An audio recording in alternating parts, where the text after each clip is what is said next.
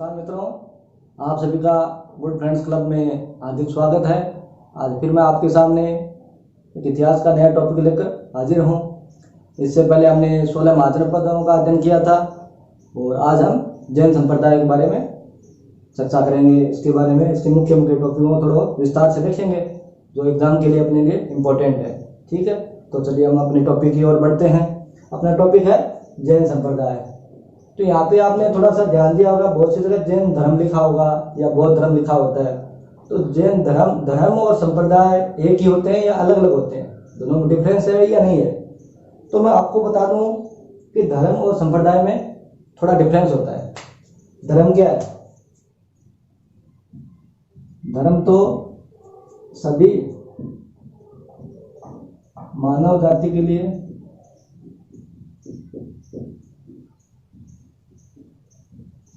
ये समान होता है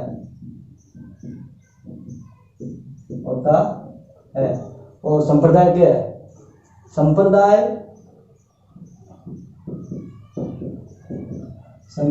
उस संप्रदाय से जुड़े हुए मनुष्यों के लिए वो विशेष नियम लागू होते हैं, उन्हीं के लिए लागू होते हैं। सभी मनुष्यों के लिए ये नहीं होता है।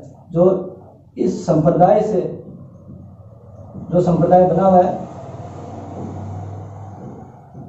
से जुड़े मनुष्य के लिए होता है। ठीक है, तो ये संप्रदाय और धर्म में डिफरेंस होता है। इसमें क्या है? इसके आचार्य होते हैं। आचार्य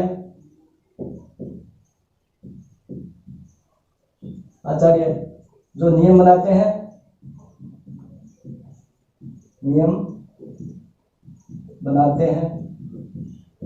उसी के हिसाब से इनको चलना पड़ता है।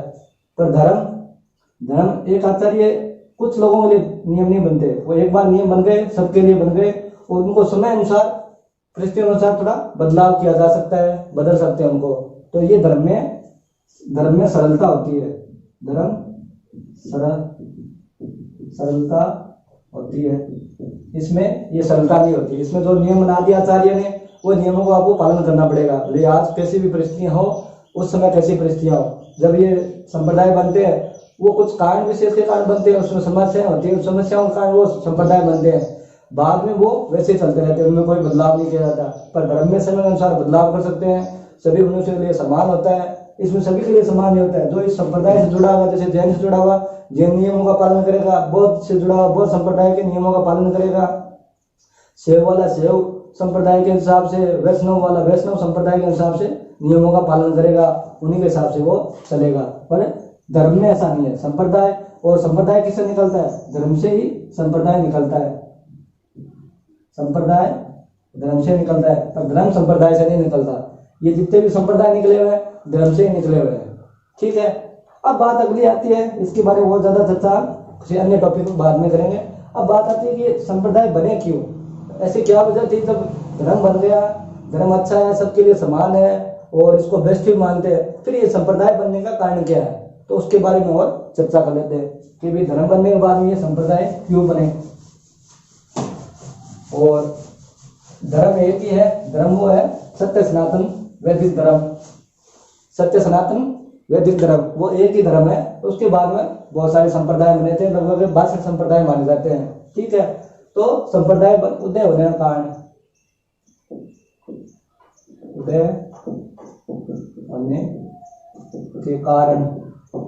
उदय होने के कारण देख लेते हैं। कारण क्या था कि संप्रदाय बने? पहला कारण था वर्ण व्यवस्था। दूसरा लोहे का आविष्कार,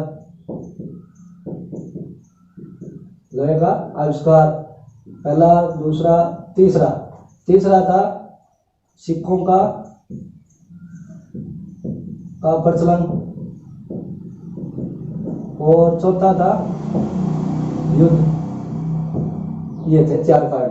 अब 4 कारण में देखो वर्ण व्यवस्था। अब वर्ण व्यवस्था हम पढ़ते हैं उत्तर वैदिक काल में या पूर्व वैदिक काल में। सबसे पहले हम पूर्व वैदिक काल में पढ़ा था कि वर्ण व्यवस्था शुरू हो गई थी। इसमें ब्राह्मण, दूसरे क्षत्रिय, तीसरे थे वैश्य और चौथे थे शूद्र। अब हमने पढ़ा था कि पूर्व वैदिक काल में, अगर आपने कोई वो मेरा टॉपिक नहीं सुना है या नहीं देखा आपने, तो पीछे मेरे जाके वीडियो देख सकते हैं, उसमें मैंने पूर्व वैदिक काल आपको पढ़ाया है। पूर्व वैदिक काल में क्या था, 4 वर्ण व्यवस्थाएं थी, उसमें कोई जाति व्यवस्था नहीं थी, किसी की कोई जाति नहीं होती थी, उसमें वर्ण व्यवस्था होती थी। वर्ण व्यवस्था के हिसाब से आपको डिवाइडेशन था। अब उसमें जन्मते समय हर व्यक्ति शूद्र होता था। पूर्व वैदिक काल में क्या था, जो भी जन्म लिया है वो शूद्र है। शूद्र का मतलब क्या होता है, उसको कुछ ज्ञान नहीं होता है, तो सारे के सारे शूद्र होते थे। शूद्र के बाद में वो अपनी अपनी कैटेगरी के हिसाब से वो आगे अध्ययन करते थे। अध्ययन के हिसाब से जिसको जो रुचि है, जिसका जैसा दिमाग काम कर रहा है, वो वैश्य बन सकता था, क्षत्रिय बन सकता था या ब्राह्मण बन सकता था, वो उसकी रुचि के हिसाब से थी। कोई शूद्र में रहना चाहे तो शूद्र में भी रह सकता था, पर उसमें चारों वर्णों को समान इज्जत मिलती थी। ऐसा नहीं शूद्र वाले को इज्जत नहीं मिलती थी, इज्जत उसके हिसाब से सबको इज्जत समान मिलती थी। जिसका जैसा योग्य पद है, पद के हिसाब से सबको योग्यता थी और उसको सम्मान मिलता था। तिरस्कार किसी का नहीं होता था, अपमान किसी का नहीं किया जाता था। कोई व्यापार कर रहा तो सभी व्यापारों को समान माना जाता था, कोई छोटा बड़ा नहीं माना जाता था, किसी को इस हिसाब से सिस्टम था। तो वो क्या सबसे अच्छा सिस्टम था। उसमें कोई जाति व्यवस्था नहीं थी, गोत्र व्यवस्था नहीं थी, ऊंच नीच का भाव नहीं था। सभी मानव जाति का, सभी मनुष्यों का आदर सम्मान किया जाता था। फिर क्या हुआ, उत्तर वैदिक काल के अंत तक आते आते क्या किया, ब्राह्मण लोगों ने अति कर दी, फिर क्षत्रियों ने भी अति करना शुरू कर दिया और वैश्यों ने भी अति करना शुरू कर दिया। अब बच गए शूद्र। शूद्र जाए कहाँ, इनको वैसे दिमाग या बुद्धि कम होती है। शूद्र से मेरा मतलब ये नहीं है कोई जाति, छोटी जाति को शूद्र नहीं बोला जाता था। शूद्र बोला था जिसका दिमाग कमजोर है, जो शरीर से अस्पुष्ट है पर दिमाग उसका ज्यादा एक्टिव नहीं है, ज्यादा काम नहीं कर पाता, वो मतलब अपने दिमाग से ज्यादा उपयोग नहीं ले पाता है, शरीर का ही काम में ले सकता है, शूद्र उसको माना जाता था। जाति से शूद्र नहीं माना जाता है। जैसे आजकल हम मानते हैं छोटी जाति वाला शूद्र है, वो शूद्र नहीं है। शूद्र उसको नहीं कहते हैं। शूद्र वो कहते हैं जिसने ज्यादा विद्या अर्जन नहीं किया, ज्यादा कोई उसमें कौशल नहीं है, ज्यादा कला उसमें नहीं है, वो शूद्र में आता था। तो इसलिए ब्राह्मण लोगों ने क्या उत्तर वैदिक काल में अति कर दी। अति कर दी, अपने आप को श्रेष्ठ समझने लगे और जाति व्यवस्था कर दी कि जन्म से अब जन्म व्यवस्था शुरू हो गई। और जो जन्म से जो ब्राह्मण का जन्मा वो ब्राह्मण है, क्षत्रिय का क्षत्रिय, वैश्य वैश्य, शूद्र का जन्मा वो शूद्र होने लग गया। भले उसमें कितनी योग्यता हो, ब्राह्मण वाले में योग्यता नहीं है फिर भी वो ब्राह्मण बन रहा है, और शूद्र वाले में योग्यता है पर फिर भी वो शूद्र रह रहा है, ब्राह्मण नहीं बनने दे रहे हैं उसको। तो ये बहुत सारी समस्याएं सब में आने लग गई थी। इसलिए ज्यादातर ये हो गया, 70 से 80% लोग ये थे दुखी रहने वाले, तो परेशान हो गए। दूसरा लोहे का आविष्कार हो गया। तो लोहे का आविष्कार हुआ, फिर क्या हुआ, युद्ध, बहुत सारे हथियार बनने लगे थे। हथियार बहुत ज्यादा, हथियारों की मात्रा हो गई थी, हथियार हो गए तो युद्ध बहुत ज्यादा होने लग गए थे। हमने पढ़ा था 16 भाद्रपदों में, अगर आपने नहीं देखा है तो वो वीडियो देख लो, उसमें हमने क्या है 16 भाद्रपद थे ना, सारे के सारे एक दूसरे से लड़ रहे हैं। अब आपको ही पता, जब एक राज्य दूसरे राज्य के साथ लड़ेगा या एक देश दूसरे साथ लड़ेगा तो उसकी अर्थव्यवस्था क्या होगी, खराब होगी। वहां की शिक्षा व्यवस्था, सामाजिक व्यवस्था सारी की सारी खराब हो जाएगी वहां पे। तो वहां पे मनुष्य की हालत ज्यादा खराब होगी। तो इसमें ये हुआ कि सबके सब युद्ध में तल्लीन थे, सारे के सारे जनपद, तो वहां की जनता की कोई देखभाल नहीं हो रही थी और इसमें छोटे लोग ज्यादा परेशान हो रहे थे। दूसरा कांड ये हुआ। तीसरा कांड सिक्कों का प्रचलन हो गया। सिक्कों का प्रचलन हो गया तो कुछ लोगों के पास धन संपदा ज्यादा होगी और बाकी तो लोग गरीब रहने लग गए। तो गरीब, तो ये भी बहुत बड़ी समस्या हो गई। इस कारण ये मूल और भी बहुत सारी छोटी मोटी और भी बहुत सारी समस्याएं थी। तो मूल समस्याएं ये थी 4, जिसके कारण लोग बहुत ज्यादा दुखी हो गए। तो लोगों को समझ नहीं आ रहा कि क्या करें। तो आपको ही पता है, जब कोई समस्या आती है तभी उसका समाधान भी निकालने का प्रयास किया जाता है। तो वही हुआ, फिर ये अलग अलग संप्रदाय बनने लगे कि मनुष्य जाति बहुत ज्यादा परेशान है, सारे युद्ध में और में अलग अलग कार्य में लगे हुए हैं। तो उनको कैसे शांति प्राप्त की जाए, उनको कैसे सम्मान दिलाया जाए, उनकी कैसे अच्छी व्यवस्था की जाए। तो इस कारण ये अलग अलग संप्रदाय उत्पन्न हुए थे। उसमें माना जाता है लगभग 62 संप्रदाय का उदय हुआ था। इसमें बड़े संप्रदाय बने थे, जैन संप्रदाय, बौद्ध संप्रदाय, शैव संप्रदाय, और ये बड़े संप्रदाय हुआ था। बाकी चारवाक और धीरे धीरे वो छोटे संप्रदाय छोटे स्तर पर रह गए और उनका ज्यादा विकास नहीं हुआ। पर ये कुछ संप्रदाय बहुत ज्यादा डेवलपमेंट कर गए। ठीक है, तो ये उदय का होना कारण था। अब चलते हैं अपना जैन संप्रदाय के बारे में अध्ययन कर लेते हैं, अपना मेन टॉपिक। अब मेन टॉपिक आता है जैन। जैन, तो जैन शब्द का अर्थ क्या, पहले तो वो देख लेते हैं। जैन शब्द का अर्थ, जैन शब्द का अर्थ होता है जिन। जिन मतलब जीतना, जीतना या संयम। अब किसको जीतोगे आप? जीतना मतलब अपनी इंद्रियों को संयमित करना, या अपनी इंद्रिय अपने आप पे जीतना, अपने आप को उस हिसाब से हर चीज को अपने कंट्रोल में करना। हर चीज, अब जैसे बहुत सी चीजें अपने कंट्रोल में नहीं रहते, बोलते हमारा मन नहीं लग रहा है और नहीं लग रहा है, तो इसमें क्या सारी इंद्रियों को संयमित कर लिया या उनको जीत लिया, अब वो जैसा चाहे वैसे कर सकते हैं। तो ये तो हो गया जैन शब्द का अर्थ, जिन का अर्थ होता है जीतना या संयम। ठीक है, दूसरा आता है निर्ग्रंथ। ठीक है, निर्ग्रंथ का अर्थ होता है महात्मा। महात्मा या जो बंधनों से मुक्त हो गया, बंधन मुक्त, ये हो गया। दूसरा शब्द आता है, एक शब्द और आता है इनका तीर्थंकर। ये तीन शब्द मुख्य आते हैं। तीर्थंकर में होता है आचार्य, आचार्य या उनका जो अध्यक्ष होता है। ठीक है, तो तीर्थंकर इनमें चॉइस हुए हैं जैन समाज में या जैन संप्रदाय में, अभी तक तीर्थंकर चॉइस तीर्थंकर हुए। तो ये होगा जिन शब्द का जीतना या संयमित। निर्ग्रंथ का होता है महात्मा या जो बंधनों से मुक्त हो गया, उसको ये तीर्थंकर निर्ग्रंथ बोलते हैं। और तीर्थंकर जो इनके आचार्य होते हैं, जो मेन अभी तक चॉइस आचार्य हुए इनके या अध्यक्ष हुए इनके, तो उनको तीर्थंकर बोला जाता है। तो ये थोड़ा आप एग्जाम में ध्यान रखना, कई बार पूछ लिया जाता है तीर्थंकर का क्या अर्थ है, निर्ग्रंथ का क्या अर्थ है, या जैन शब्द का क्या अर्थ होता है, जिन का क्या अर्थ होता है जीतना या संयम करना। ये तो हो गई जैन शब्द की बात। अब इसके बाद में आते हैं इनके तीर्थंकर कितने हुए, चॉइस हुए, वो कौन से उनमें मुख्य मुख्य देख लेते हैं। सारों की तो जरूरत नहीं है, उनमें एग्जाम में आते नहीं है, तो उसमें एक तो पहले है उनके बारे में पूछा जाता है। ऋषभ देव बोले जाते हैं इनको, ऋषभ देव या आदिनाथ भी बोलते हैं उनको,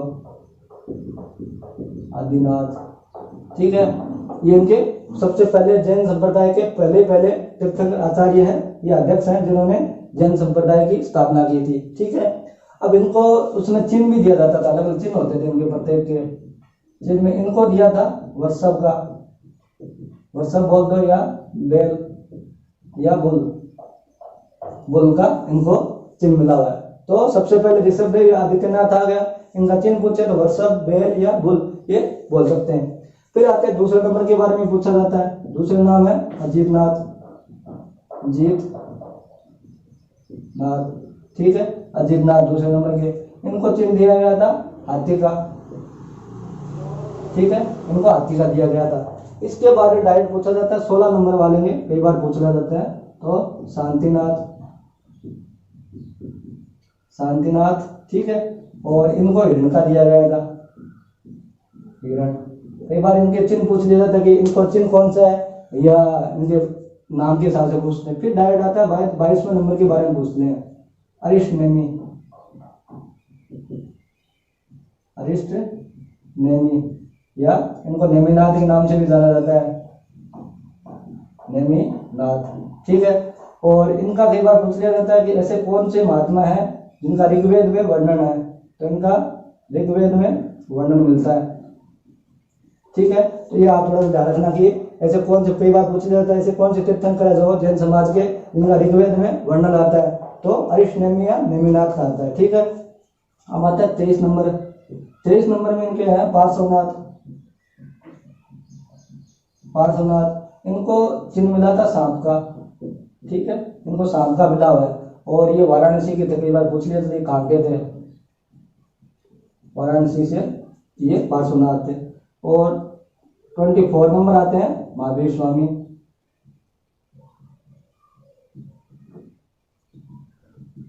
स्वामी, इनको चिन्ह मिला था सिंह का। ठीक है, अब आगे हम इनका महावीर स्वामी के बारे में विस्तार से हम पढ़ेंगे। इनका ये एग्जाम में ज्यादातर पूछा जाता है। पिक्चर में खाली इन्हीं चीजों में से मुख्य मुख्य बातें हैं जो आपको बता दी गई है, इन्हीं में से कोई प्रश्न आता है तो उसके बाद महावीर स्वामी इनके बारे में हम विस्तार से पढ़ेंगे।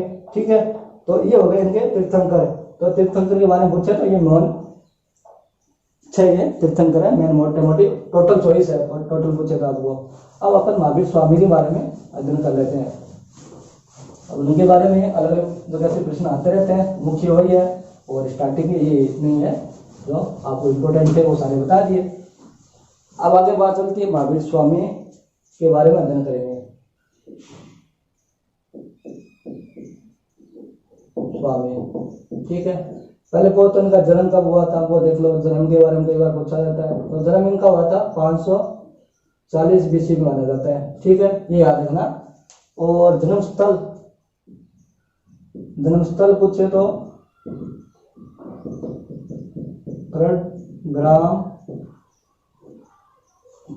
खंडग्राम में वैशाली थी ना, आपने 16 महाजनों को पढ़ा था। वैशाली जो आज बिहार में है, बिहार। ठीक है, वैशाली कुंडग्राम, वैशाली बिहार, जो वज्जी की राजधानी थी वैशाली। हमने 16 महाजनों को पढ़ा था मल और वज्जी। तो वज्जी गणतंत्र राज्य था और उसकी राजधानी थी वैशाली। तो ये वैशाली के कुंडग्राम के जन्म हुआ था इनका। ठीक है, महावीर स्वामी का। अब इनके पिता थे सिद्धार्थ। ठीक है, जो वज्जी संघ के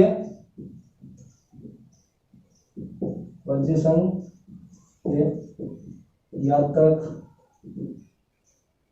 संघ के प्रधान थे, क्षत्रिय कुल के प्रधान थे। ठीक है, ये इनके सिद्धार्थ पिता नाम आ गए। अब इनकी माता के बारे में पूछा जाता है तो माता का नाम था त्रिशला इनकी माता हुई।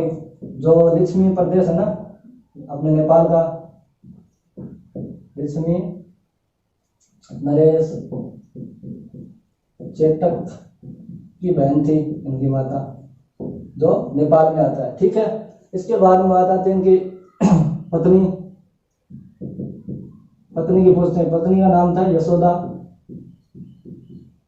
ठीक है, अब इनकी एक पुत्री थी, पुत्री का नाम था प्रिय दर्शनी। ठीक है, और इनके दामाद थे एक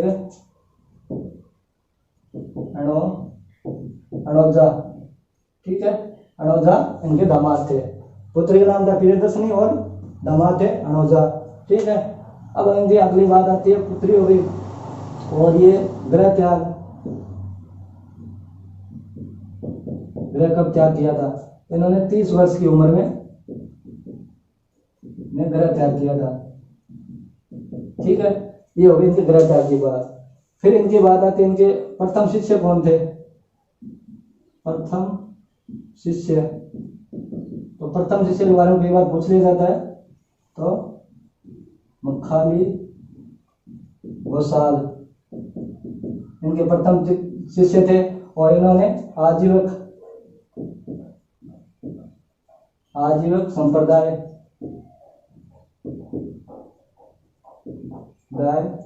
की स्थापना की थी। तो कई बार एग्जाम में पूछ लिया जाता है कि महावीर स्वामी के कौन से शिष्य थे जिन्होंने आजीवक संप्रदाय की स्थापना की थी, या ऐसे पूछ लिया जाता है मखाली लाल ने कौन सी संप्रदाय की स्थापना की थी? तो आजीवक संप्रदाय। दो में से कैसे बना के प्रश्न पूछ सकता है। तो आजीवक संप्रदाय की स्थापना की थी इन्होंने। प्रथम शिष्य थे मखाली लाल घोषाल। ठीक है, अब बात आती है इनको ज्ञान कब प्राप्त हुआ था? ज्ञान, तो ज्ञान इनको 30 वर्ष की उम्र में इन्होंने घर त्याग किया था और उसके बाद में 12 वर्ष के बाद में इनको ज्ञान प्राप्त हुआ था। तो उसमें उम्र हो गई थी इनकी 42 वर्ष। ठीक है, और कहाँ प्राप्त हुआ था इनको? रज्जु कालिका नदी के पास, और साल वृक्ष था, साल वृक्ष के नीचे ही बैठे थे और रज्जुपालिका नदी के पास साल वृक्ष था, तो उसके नीचे बैठे हुए थे, इनको उसमें ज्ञान प्राप्त हुआ था। ठीक है, अब ज्ञान के बाद इनकी बात आती है मृत्यु कब हुई थी इनकी? मृत्यु या जीवन त्याग बोल सकते हैं। तो मृत्यु मानी जाती है इनके 468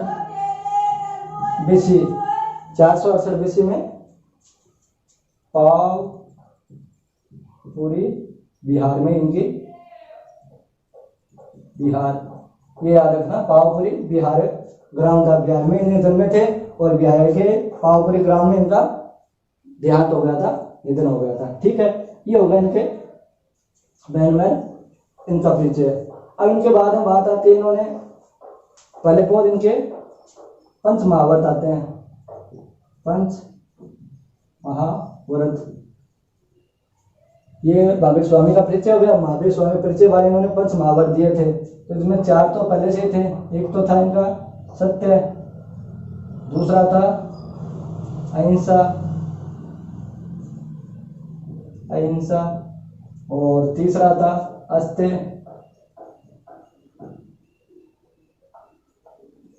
अस्तेय, और चौथा था इनका अपरिग्रह, और 5वां था ब्रह्मचर्य।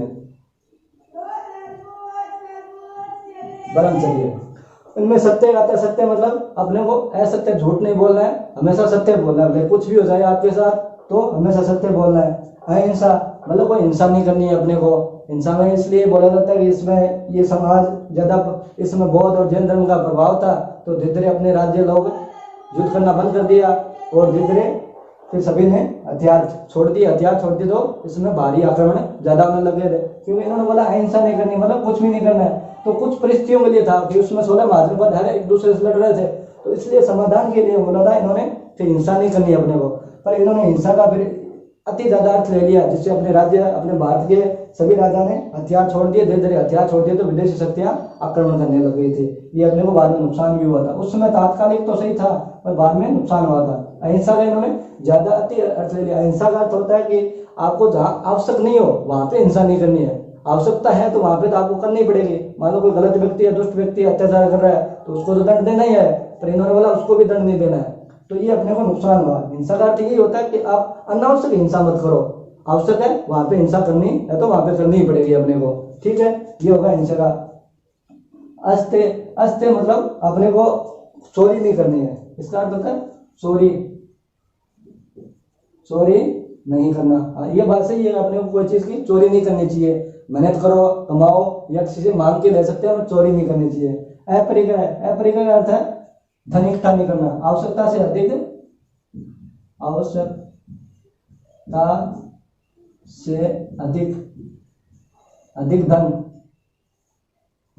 इकट्ठा नहीं करना अपने को। आवश्यकता से अधिक अगर आप धन इकट्ठा कर रहे हो तो गलत है। तो इस हिसाब से इन्होंने बोला था कि उस समय क्या वैश्यों या क्षत्रियों के पास या ब्राह्मणों के पास धन हो गया था। 80% 70% शूद्र लोग थे, उनके पास कुछ था ही नहीं खाने पीने के लिए, तो इसलिए बोला कि अपरिग्रह मत करो, जितना आवश्यक है उतना ही करो। इसके बाद आता है ब्रह्मचर्य। तो ये 4 नियम तो पहले ही ऋषभ देव जी ने या आदित्यनाथ ने पहले दे दिए थे। 5वां ब्रह्मचर्य है ना, ये स्वामी जी ने, महावीर स्वामी ने दिया था 5वां नियम। पहले 4 नियम थे इनके, तो कई बार एग्जाम में पूछ सकता है कि महावीर स्वामी ने कितने पंचमहावर दिए। पंचमहावर तो उन्होंने एक दिया था ब्रह्मचर्य, और 4 पहले से थे, ठीक है। तो प्रश्न कैसे भी पूछा जा सकता है। ब्रह्मचर्य मतलब आपको सारे ब्रह्मचर्य का पालन करना है। तो आज भी देखते हैं इनके समाज में कुछ लोग ब्रह्मचर्य धारण कर लेते हैं, तो उसके बाद वो घर त्याग कर देते हैं, ठीक है। ये हो गया इनके पंचमहावर।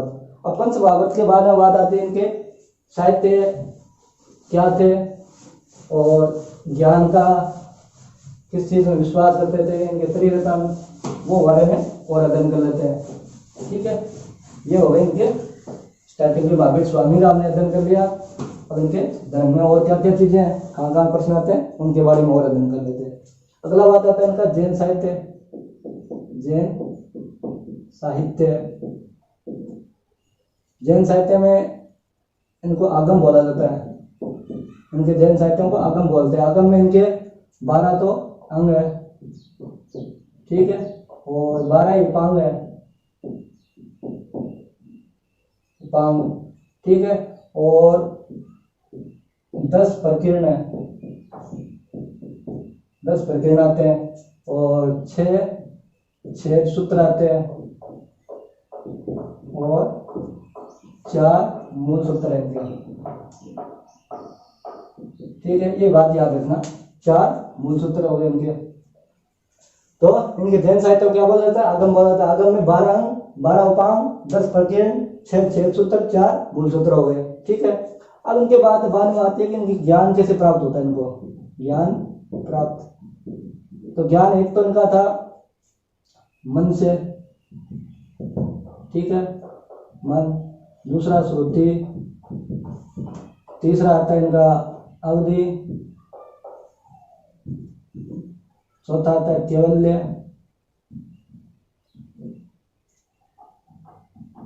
मति।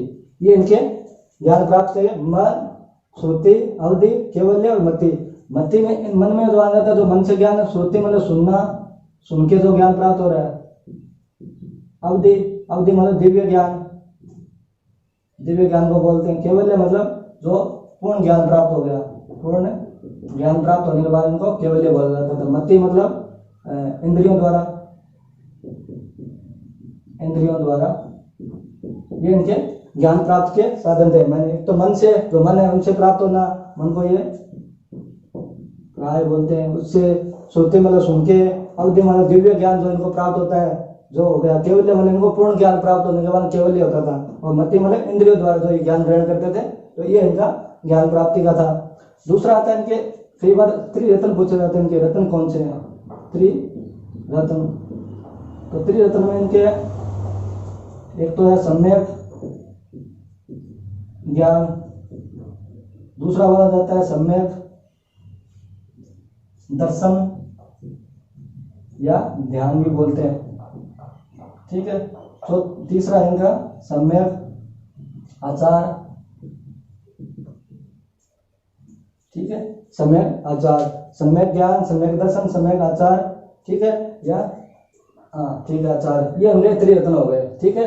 तो ये कई बार पूछ लिए जाते हैं एग्जाम में, 4 दे देते हैं, बोलते हैं कि कौन सा नहीं है या कौन सा है। कई बार 1 दे दिया, 3 नहीं दिए, या 3 दे दिए, 1 चौथा दे दिया, इनमें से एक कौन सा नहीं है, तो वो थोड़ा ध्यान रखना। सम्यक ज्ञान, सम्यक दर्शन, सम्यक आचार, ठीक है। ये हो गए इनके त्रिरत्न। त्रिरत्न के बाद में आते हैं इनका विश्वास। ये किस चीज में विश्वास करते थे, विश्वास की बात आती है। विश्वास में बोला थे ये संसार को मानते थे, संसार नित्य है, नित्य है। पर ईश्वर को नहीं मानते थे। ये ईश्वर को नहीं मानते थे कि कोई ईश्वर है जो सृष्टि चला रहा है या सृष्टि बना रहा है, उसको ये नहीं मानते थे। संसार को मानते थे कि संसार नित्य है, हमेशा रहने वाला है, कभी नष्ट नहीं होने वाला है, नष्ट नहीं होगा, ठीक है, ये मानते थे। पर ईश्वर को नहीं मानते थे। पर देवता को मानते थे,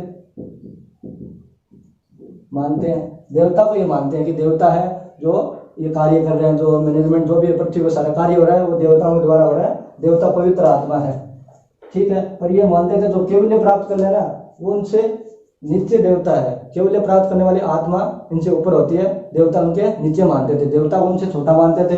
जो कैवल्य प्राप्त कर लेता है तो वो देवताओं से बड़ा हो जाता है, ये मानते हैं, ठीक है। देवता के बाद में हो गई आत्मा। आत्मा को मानते हैं, आत्मा को मानते कि आत्मा होती है। आत्मा का मानना पुनर्जन्म,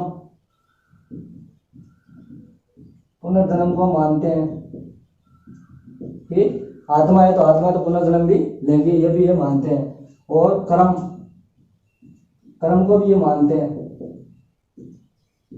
ये लोग मानते हैं कि अगर आप कर्म करोगे, अच्छे कर्म करोगे, तो वो कर्म आपकी आत्मा के साथ जुड़कर अगले जन्म में आपके साथ काम करेंगे। अच्छे कर्म करोगे तो अच्छे आपको परिणाम मिलेगा, बुरे करोगे तो बुरा परिणाम मिलेगा। पर कर्म आपके होते हैं। तो इनमें खाली ईश्वर को ये नहीं मानते थे, बाकी संसार को मानते थे, देवता को मानते थे, आत्मा को, पुनर्जन्म को, कर्म को, इन सबको ये मानते थे, ठीक है। पाप पुण्य को ये मानते थे, पाप पुण्य ना, पाप पुण्य को ये मानते हैं। ये चीजें ये मानते थे। बाकी चीजें खाली ईश्वर को एक को नहीं मानते थे, वेदों को नहीं मानते थे, बाकी सब चीजों को ये मानते थे। ये होगा इनका विश्वास। अब विश्वास के बाद में आता है इनकी प्रचार, कि जैन धर्म का कहाँ कहाँ प्रचार हुआ और किस प्रकार हुआ, किन लोगों ने प्रचार किया, ये बात आती है। विश्वास हो गया, इन चीज़ों में विश्वास करते हैं नहीं करते हैं, तो कई बार पूछ लिया जाता है एग्जाम में। अब आता है इनके प्रचार कहाँ कहाँ हुआ। तो प्रचार में बताते हैं इनको सर्वप्रथम ज्यादातर प्रचार दक्षिण और पश्चिम में हुआ। क्यों हुआ? क्या अपन देख रहे हैं कि पूर्व और उत्तर में तो क्या थे, ये ब्राह्मण आर्य स्टार्टिंग में कब आए थे? आर्य आए थे तो पश्चिम से होते हुए उत्तर और पूर्व में बस गए थे। तो वहां पे अब ब्राह्मणों का अधिकार ज्यादा था, वहां पे ब्राह्मण तो ज्यादा था। पर अब दक्षिण में हम देख रहे थे, महाजनपदों में हमने देखा कि दक्षिण में खाली एक ही इनका जनपद था, बाकी दक्षिण पूरा खाली था, और पश्चिम भी ज्यादा इनका प्रचार नहीं था। इसलिए इनको दक्षिण और पश्चिम क्या ये जगह खाली मिल गई, तो इधर ज्यादा प्रचार हुआ। तो इसमें चंद्रगुप्त मौर्य, गुप्त मौर्य भी इनके साथ हो गया था और दक्षिण में गए थे। दक्षिण में कहा गया ज्यादातर, ये कर्नाटक में इन्होंने अपने मठ स्थापित किए थे। और मठ कहाँ किए थे? श्रवण बेलगोल में इन्होंने अपनी एक शाखा बना ली थी दक्षिण साइड में। दक्षिण में गए ना चंद्रगुप्त मौर्य और इनके साथ, और तो बहुत से लोगों ने जाके श्रवण बेलगोल में वहां पे रुके, वहां पे अपने मठ बना लिए। तो कई बार इनके मठ के बारे में पूछ लेते हैं, इनका मठ वहां पे क्या नाम दिया जाता है? तो एक तो बसदी भी कहते हैं या बसाड़ी इनके मठों का नाम है। ठीक है, मठ का नाम कई बार पूछ लिया जाता है, इनके मठों को किन नाम से जाना जाता है? तो बसदी या बसाड़ी नाम से भी इनके मठों को जाना जाता है। और कर्नाटक में कहा इन्होंने श्रवण बेलगोल में इन्होंने अपना मठ स्थापित किया था। और इनके उसमें आचार्य, प्रमुख आचार्य थे इनके, मुख्य आचारांग सूत्र इनके मुख्य थे। ठीक है, उस समय यहाँ पे काम किया। अब इसके बाद में बात आती है इनके, ये तो प्रचार का हो गया। और उसके बाद में बात आती है इनके दो पंथ बन गए थे बाद में, जैन संप्रदाय के फिर दो हो गए थे। एक तो आ गया था दक्षिण, तो इनको दिगंबर जैन करने लग गए थे, दिगंबर। और एक हो गया था श्वेतांबर, एक दिगंबर और एक श्वेतांबर, इनके दो जैन संप्रदाय बन गए थे, जैन संप्रदाय। ठीक है, ये याद रखना, इनके दो बने थे, एक तो दक्षिण साइड वाले, एक ये उत्तर साइड वाले, ये थे ना पश्चिम साइड वाले। इन्होंने दो मत बना लिए थे बाद में। दक्षिण में कौन था? एक तो इनका अध्यक्ष था, एक तो थे इनके भद्रबाहु, और इधर थे इनके मेन अध्यक्ष स्थलबाहु। भद्रबाहु और स्थलबाहु इनके दो मेन अध्यक्ष हो गए थे यहाँ के। और इनके साथ चाणक्य, ये चंद्रगुप्त मौर्य भी थे, चंद्रगुप्त मौर्य इनके साथ थे। अब इनमें क्या था, इन्होंने कपड़े त्याग कर दिए थे। ये दिगंबर जैन वाले कपड़े नहीं पहनते थे, वस्त्र या बोल सकते हैं वस्त्र धारण नहीं करते हैं।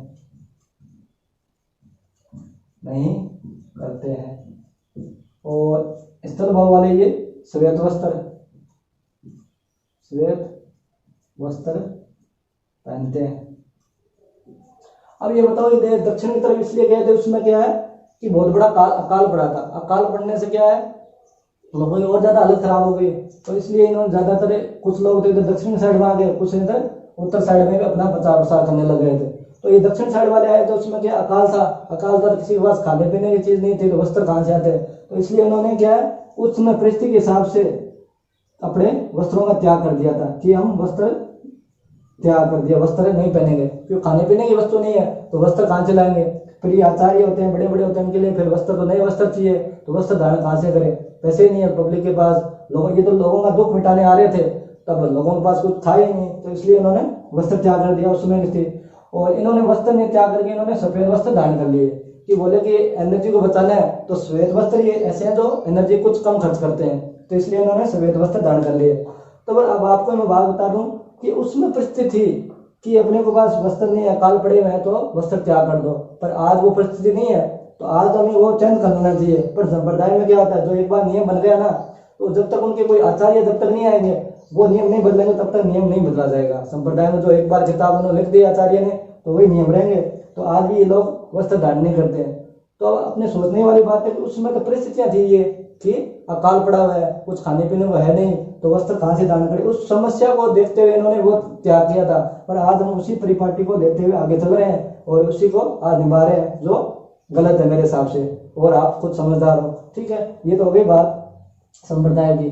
अब इनकी बात आती है कि ये श्वेत वस्त्र धारण करते थे, आज भी कर रहे हैं, और ये दक्षिण वाले हो गए, और ये जैन संप्रदाय। कई बार स्थल भाव इनका पूछ लेते हैं, श्वेतांबर में कौन थे और इधर दिगंबर में कौन थे? तो इधर भद्र भाव और इधर स्थल भाव, ये हो गई बात। अब इनकी बात आती है आगे कि इनके जैन संगतियां भी हुई थी। जैसे बौद्ध संगति थी ना, वैसे जैन संगतियां हुई थी। तो जैन संगतियां मुख्यतः दो हुई थी, मुख्य दो संगतियां इनकी मानी जाती है। उसके बारे में और देख लेते हैं। इनकी पहली संगति तो हुई थी पाटलिपुत्र में, ठीक है। प्रथम तो हुई पाटलिपुत्र में, और ये 300 BC के वर्ष करीब हुई थी, 300 BC। और इसके भद्र इसके अध्यक्ष थे, ठीक है। और दूसरी हुई थी वल्लभी में, ये हुई थी 512 AD। ये ध्यान रखना, ये यहाँ BC खत्म, BC तक तो ये है, BC के बाद में AD शुरू हो जाता है। अब BC नहीं रहा, अब क्या AD में बात। कई बार ये प्रश्न पूछ लिया जाता है कि दूसरी कब हुई थी, तो आप अपन क्या AD और BC दोनों वहां पे एग्जाम में देते हैं एग्जामिनर, ये कंफ्यूज हो गए। तो अपन यहाँ ध्यान रखना कि 512 AD का अब आ गया है, AD बात को ध्यान रखना, ये नोटिस कर लेना आप। और इसके थे समाज श्रमण थे। अगले थे इनकी बात आती है समाज को योगदान क्या हुआ। तो योगदान का देखिए तो इन्होंने एक तो ये वर्ण व्यवस्था थी, वर्ण व्यवस्था में सुधार किया। उस समय वर्ण व्यवस्था चरमरा गई थी, तो उसमें कुछ सुधार किया। इनमें सबको समान समझ लिया था, उसके टाइम के लिए अच्छा था वर्ण व्यवस्था को। और एक वैदिक धर्म में जो कुरीतियां चल रही थी उनको बंद कराया, कुरीतियों का, ठीक है। और इन्होंने प्राकृत भाषा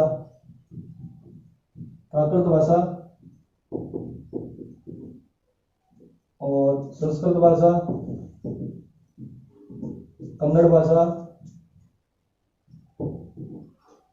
भाषा इनका उपयोग किया। तो एक तो प्राकृत भाषा किया, उस समय संस्कृत भाषा ज्यादा यूज ब्राह्मण लोग करते थे, आम जनता प्राकृत भाषा यूज करती थी, तो उनको समझ में कम आ रही थी, इसलिए प्राकृत भाषा में इन्होंने अपने उपदेश दिए, तो लोगों को समझ में आने लग गए थे।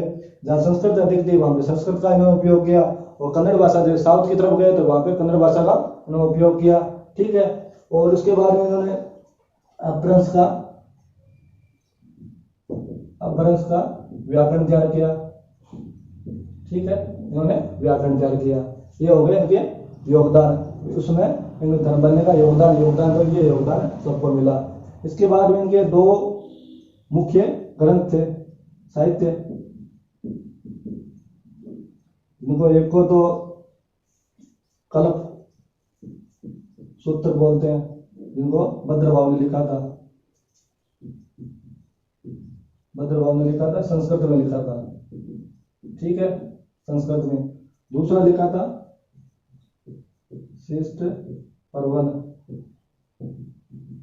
परिशिष्ट पर्वन लिखा था इन्होंने, और इनको लिखा था हेमचंद्र सूरी ने।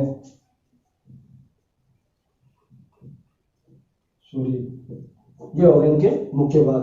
तो इसमें से कई बार मुख्य बातें हो गई, इनके संगतियां पाटलिपुत्र वल्लभी में हुई थी।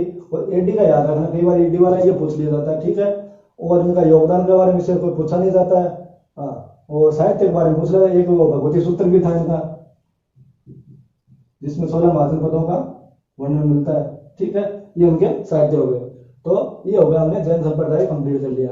अब जैन संप्रदाय के बाद में हम अध्ययन करेंगे बौद्ध संप्रदाय का। तो आज का अपना टॉपिक यहाँ फिनिश होता है। और अगर आपको अच्छा लगा है तो अपने सुझाव दीजिए, कोई और सुझाव चाहिए या और कुछ आपको इसमें कमी लग रही है तो उसके बारे में हमें कमेंट बॉक्स में बताइए, ताकि हम उसमें सुधार करें और अच्छी तरह पढ़ाएं।